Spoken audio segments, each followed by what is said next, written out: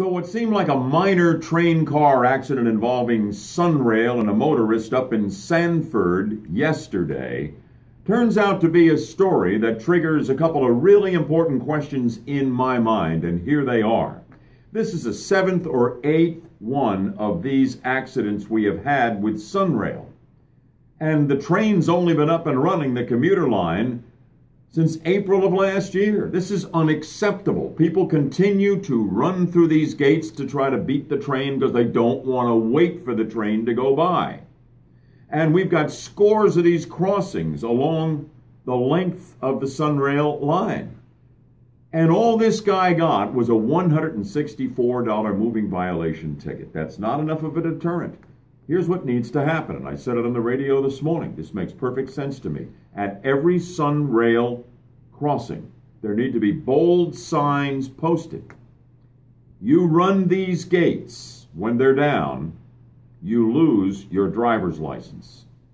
People will think twice. It'll be a kind of deterrent we're not seeing now when they're just giving out a ticket. A ticket for something that could have been absolutely deadly, could have killed people in the car, could have killed people on the train. If the car exploded, who knows?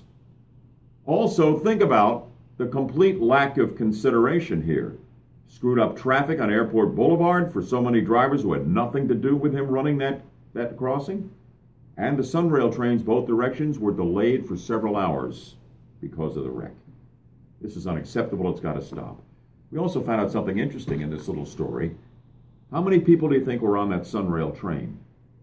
I think a Sunrail car will hold like 300 people. There were 9 people on the entire train at 10:15 in the morning.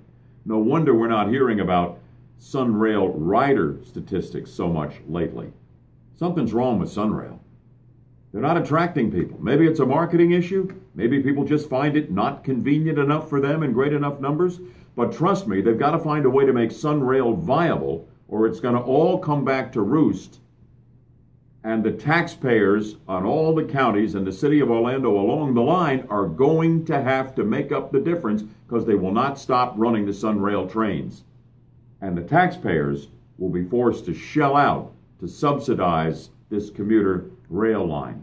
9 people on the train at 10:15 in the morning? There should have been 9 people on that train by pure accident, for crying out loud. So that's my take on Sunrail. Hope you'll join me for the Wednesday edition of Bud Hedinger Live. We'll be looking at Chris Christie, the New Jersey governor, getting into the Republican presidential race.